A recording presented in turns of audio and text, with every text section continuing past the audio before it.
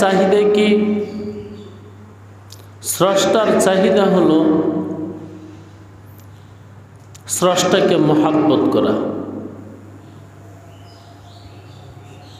যে ব্যক্তি যাকে মহাব্বত করে সে তার অনুগত হয়, তার ফরমানের বাহিরে যায় না,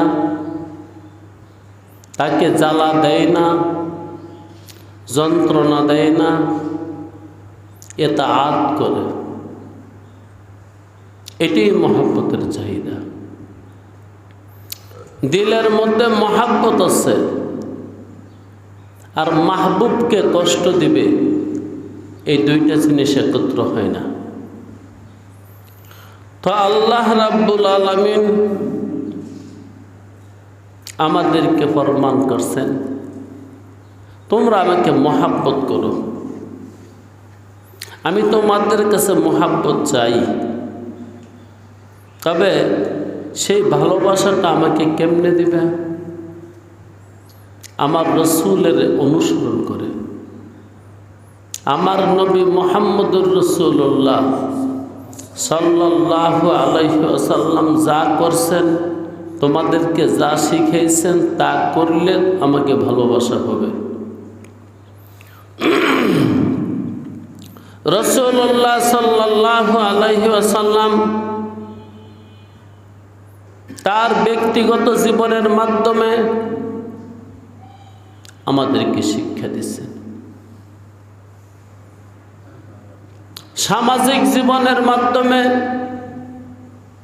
আমাদেরকে শিক্ষা দিচ্ছেন, রাষ্ট্রীয় জীবনের মাধ্যমে আমাদেরকে শিক্ষা দিচ্ছেন, আন্তর্জাতিক জীবনের মাধ্যমে আমাদেরকে শিক্ষা দিচ্ছেন। ব্যক্তি জীবন, সমাজ জীবন, রাষ্ট্র জীবন এবং তাম পৃথিবীর চিন্তা ভাবনা, চারটা বিষয় রাসূল করছেন, আমাদেরকে শিখিয়ে গেছেন। আমি আজকে আপনাদের সম্মুখে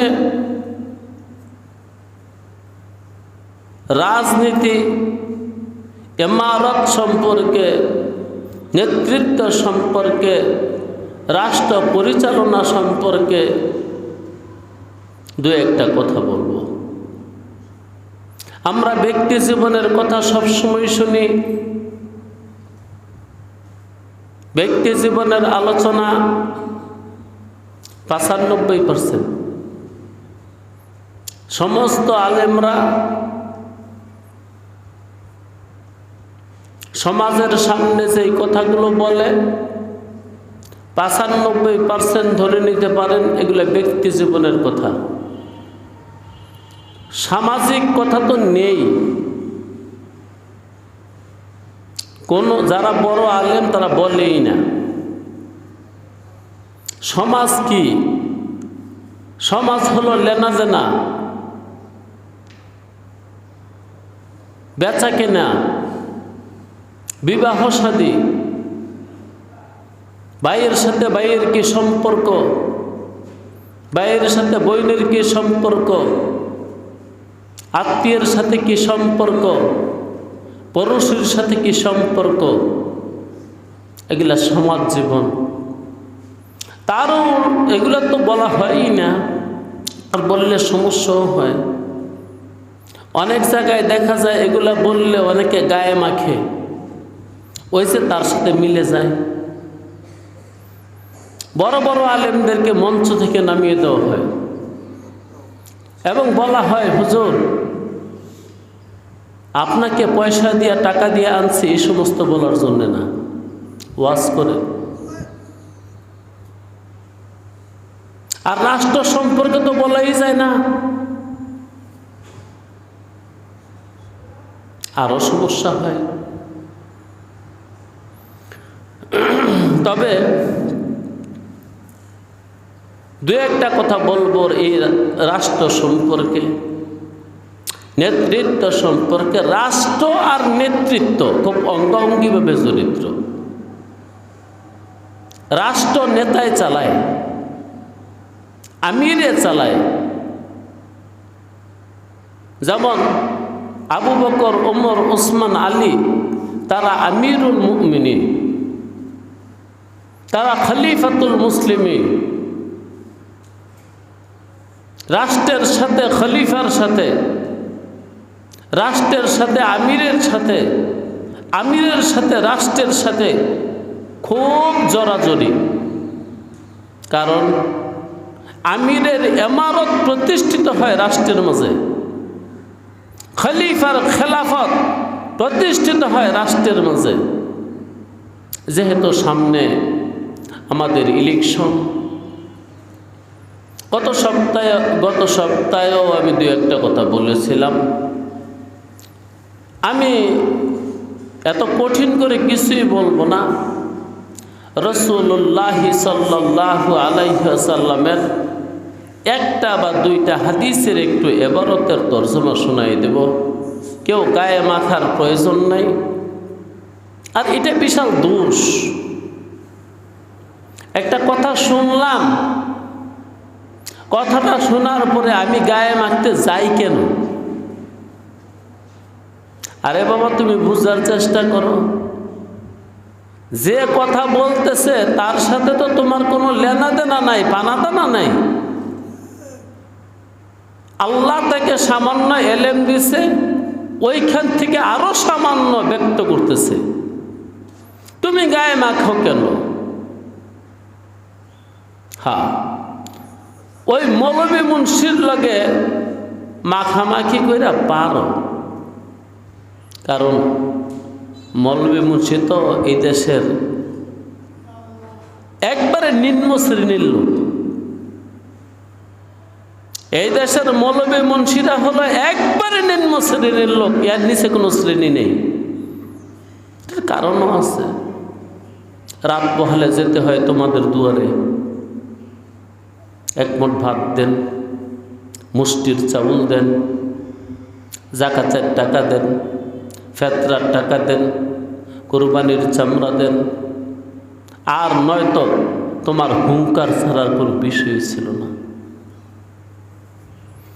তো আমাদের এই ফকিরানা গরিবানা এই ভিক্ষার জীবনের কারণে আমরা যা সঠিকটা বলবো, আমি আমার কথা বলতেছি না, আমাদের মুরব্বী যারা বড় বড় আলেম তারা বলতে পারতেছে না। ও যে রাত পোহালে তোমার বাড়িতে যেতে হবে আমার,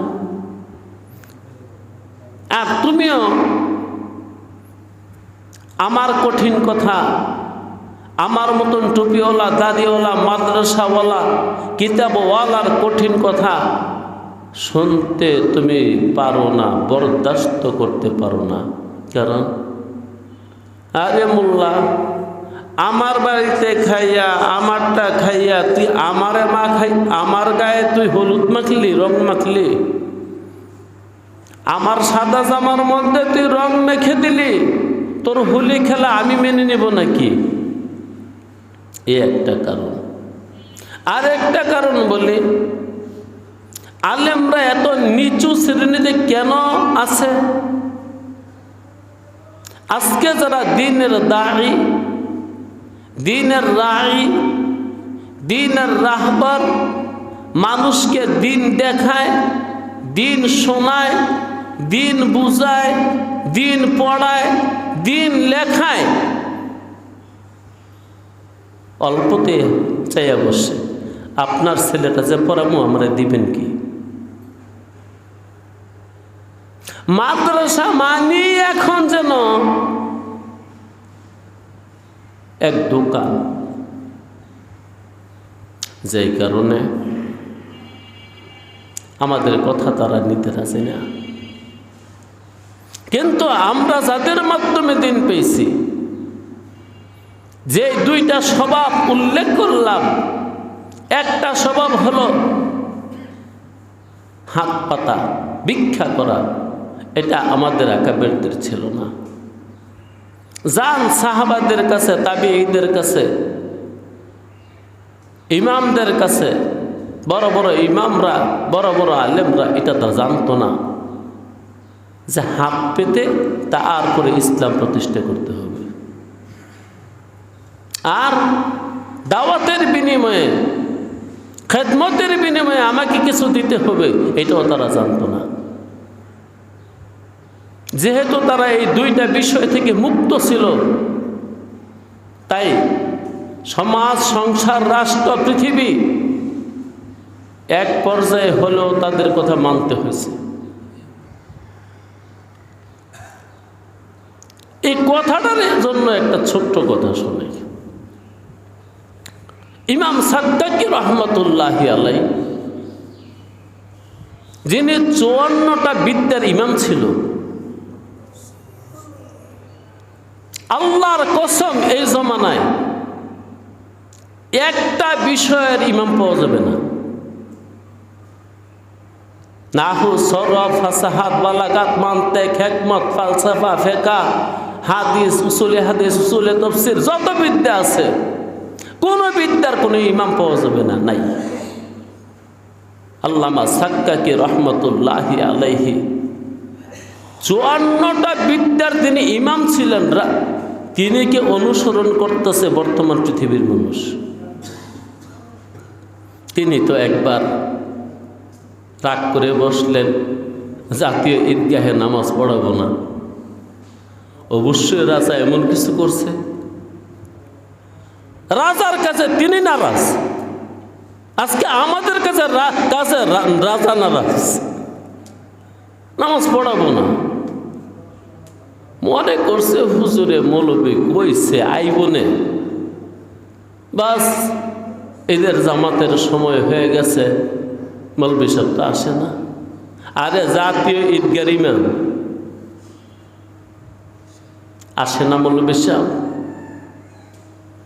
আর মৌলবীর ভক্ত রাষ্ট্রের মধ্যে এতই বেশি, মৌলবী যে কোনো মুহূর্তে আঙ্গুল নাড়া দিলে রাজার রাজত্ব, রাজার ক্ষমতা চলে যাবে। কারণ তারা ছিল তারিকুদ দুনিয়া আলেম। তারিকুদ দুনিয়া আলেম হওয়ার কারণে দুনিয়া তাদের ভক্ত। লাগে রাজা তোমারে রাখমু, লাগে রাজা তোমারে নামামু, হুজুরে যেটা কই দিয়েছে। যে একটু স্বার্থকে যদি আমরা ছেড়ে দিতাম, বাংলাদেশ আলেমদের দখলে এসে যেত। আল্লাহু আকবার। বুঝেন না, খাজা মঈনুদ্দিনের মতন মানুষ আমাদের দেশে আসলেন, কয়েকজন মানুষ কম, 92 লক্ষ মানুষ, প্রায় তো 1 কোটি। তিনির হাতে বয়াত হয়েছে, মুসলমান হয়ে গেছে।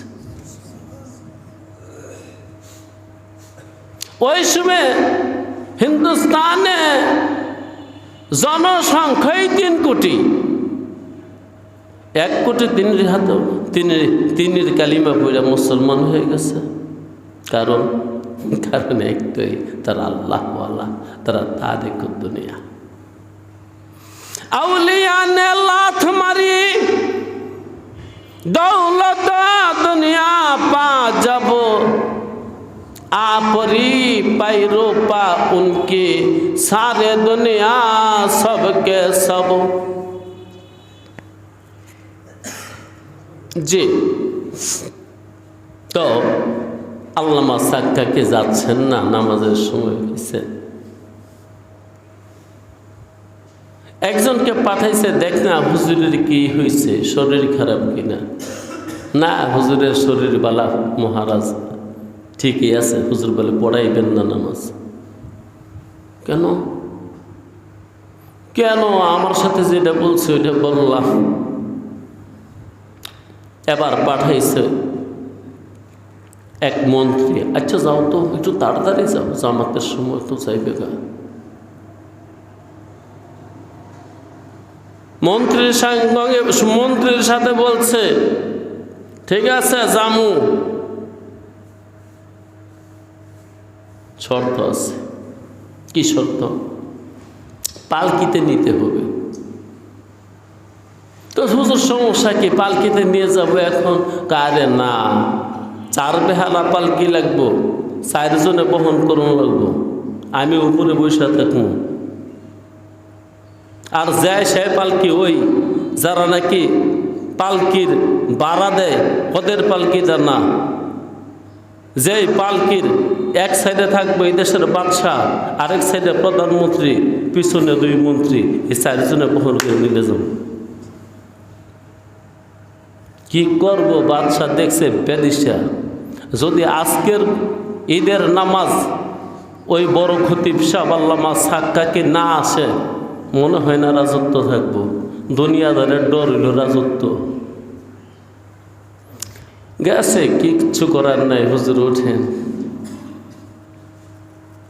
সামনে ডান দিকে রাজা, তার পাশে প্রধানমন্ত্রী, পিছনে বড় 2 আরো মন্ত্রী, 4 জনের নেই কান্দ করে।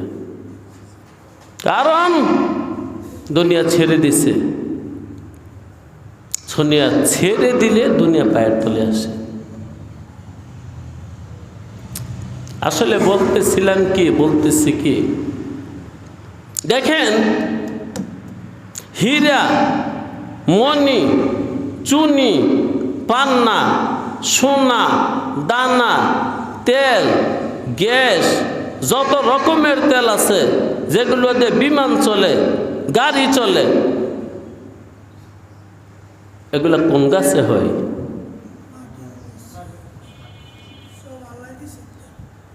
যতগুলো পদার্থ বলছে, পদার্থগুলো মাটির নিচে, আর মাটি আদমের পায়ের নিচে। এটা সবক দিছে খোদাবন্দে কুদ্দুস। আদম, সম্পদ কিন্তু সব তোর পায়ের নিচে, কোনোদিন সম্পদ জেবে নিবি না, কোনোদিন সম্পদ মাথায় তুলবি না। এই জন্য তোরে বানাই নেই, সম্পদ পায়ের নিচে থাকবে, তোর পায়ের মধ্যে গড়াগড়ি খাবে।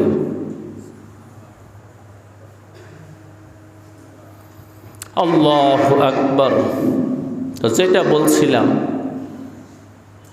সামাজিক আলোচনা তো করাই যায় না, রাষ্ট্রীয় কথা এটা তো প্রশ্নই ওঠে না।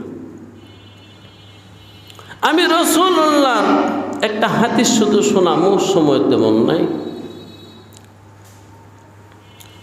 দেখেন ভাই, আমি আজকে ভোর রাত্রে খুব চিন্তা করে দেখছি, এই বাংলাদেশে ইসলামী শাসন প্রতিষ্ঠিত হবে না, না হবে না। আলেম অনেক হয়েছে, আলহামদুলিল্লাহি রাব্বিল আলামিন। যতগুলা মানুষ বর্তমানে মুফতি আছে, মুফতি, খোদার বাংলার জমিনে এতগুলো এমএ পাস লোক নেই। বুঝতে পারছেন কি বলছি? বাংলাদেশের স্নাতকোত্তর শিক্ষা হলো এখন দাওরায়ে পাস। কারণ মেশকাত, আল মাসাবিহ, এই জামাতরা হলো স্নাতক। বাংলাদেশের এখন সর্বোচ্চ শিক্ষার সমমান, যেটাকে অনার্সের সমমান দেওয়া হয়েছে। আর দাওরায়ে হাদিসকে মাস্টার্সের সমমান দেওয়া হয়েছে। এবং কথা চলতেছে সর্বমহলে চাকরিও দেওয়া হবে। শুধু মসজিদ আর মাদ্রাসা পর্যন্তই নয়, স্কুলে মৌলবি মাস্টার কওমি মাদ্রাসার ছাত্ররা হবে, হাই স্কুলে মৌলবি মাস্টার কওমি মাদ্রাসার ছাত্ররা হবে। এই অধিকার দেওয়া হইতেছে, সাইনটা বাকি আছে। কলেজে ইসলাম বিষয়ের যত মাস্টার দরকার, প্রফেসর দরকার, কওমি থেকে নেওয়া হবে। ইউনিভার্সিটিতে ইসলাম শিক্ষার যতগুলা বিভাগ আছে, সকল বিভাগে কওমি মাদ্রাসার ছাত্র নেওয়া হবে। বর্তমান যিনি ধর্ম উপদেষ্টা, তিনি এটার জন্য আপ্রাণ চেষ্টা করতেছে। তাহলে স্নাতকোত্তর, যেটাকে বলা হয় দাওরায়ে হাদিস, এইটারও উপরে মুফতি, মুহাদ্দিস, মুফাসসির, তারা তো পিএইচডি সমমানের লোক। ওই পিএইচডি সমমানের লোক বাংলাদেশে এখন মানে আলেমদের মধ্যে ধর্ম নিয়ে পিএইচডি সমমানের লোক যতগুলো আছে, বাংলাদেশ সরকারের অর্ধেক সম্পদ ব্যয় করেও, অর্ধেক টাকা শিক্ষা খাতে ব্যয় করেও এতগুলা এমএ পাস লোক আজও জন্ম দিতে পারেনি। কিন্তু কথা হলো, আমরা যে এত বাড়লাম সংখ্যায়, তারপরও তো কিছু হচ্ছে না, পারতেছি না। যে আজ ভোর রাতে আমি চিন্তা করে দেখছি পারবো না। বলতে পারেন তুই কি বদদোয়া করলি নাকি? না, অঙ্কে মিলে না। 2 এ 2 এ 4, 2 দোকানে 4, জব্বিউগ আর পুরন বাগের একই অত্যাচার। পারবে না কেন? কেন উত্তর অন্য কিছু। প্রথম 2টা বলে ফেলছি। ইমারত, নেতৃত্ব খুব দরকারি জিনিস। কারণ আল্লাহ কোরআনে বলেন, ইন্নী জাইলুন ফিল আরদি খলিফা, তোদেরকে খলিফা বানাইছি। খলিফা মানে আমি যেই হুকুমটা করব ওই হুকুমটা আলেমরা যুগে যুগে প্রতিষ্ঠা করে দিবে, সংসারে, সমাজে, রাষ্ট্রে, এমনকি তামাম পৃথিবীতে। এটি আলেমদের কাজ।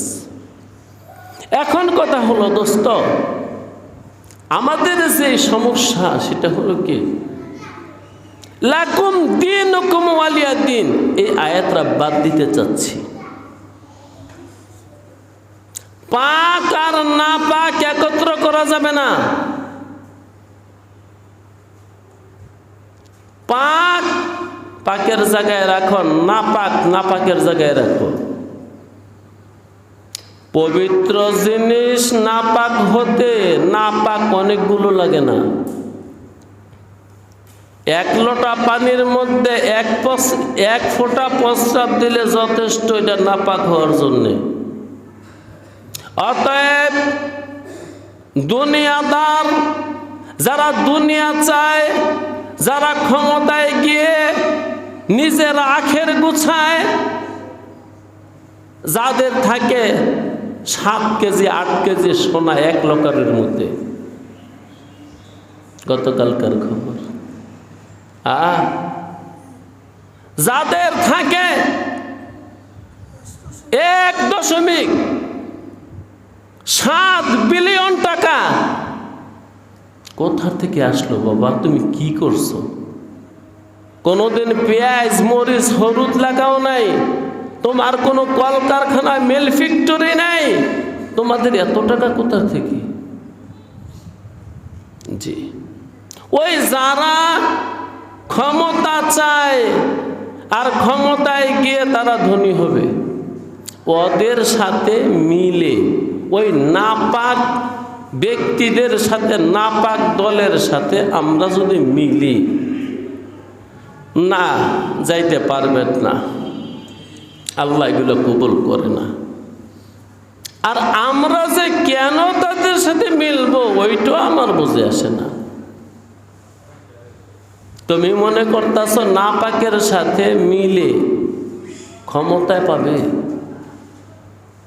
এই চিন্তাটা তোমাদের ব্রেনে আসে কেমনে? আমি তো লেখাপড়া তেমন করতে পারি নাই, করিও নাই, আমার বুঝে আসে না। যে নাপাককে নাপাকের হালতে থাকতে দাও, তোমরা পাক পাকের হালতে থাকো, মহান মাওলা কবুল করলে হবে, নয়তো হবে না।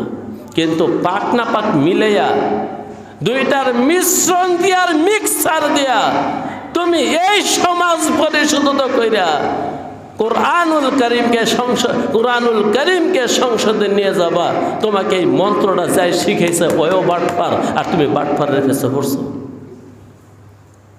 ওই নাপাকের সাথে হাত মিলাইয়া, গলা মিলাইয়া, বুক মিলাইয়া, গলাগলি কোলাকুলি করে তুমি এই দেশের সংসদে রসুলের সুন্নত নিয়ে যাবা, এটা তোমার দুঃস্বপ্ন, এই বিহনে আর কিছুই নয়। আমি দু একটা কথা আপনাদের সম্মুখে বলছি। প্রথমে বলছি, কেউ গায়ে মাখবেন না, গায়ে মাখার দরকার নেই। কথা শোনার পরে অসহ্য হবেন না, অসহ্য হওয়ার কিছু নেই। চিন্তা করবেন ওয়াইসা বলছে কি হতে পারে, আরে বাবা আপনিও তো বললেন, তখন তো আরেকজনের শুনে। তো সবাই যদি আরেকজনের কথা শুনে রাগ করে ফেলে তাহলে তো আর হবে না। কি করতে হবে? একটু চিন্তা করতে হবে।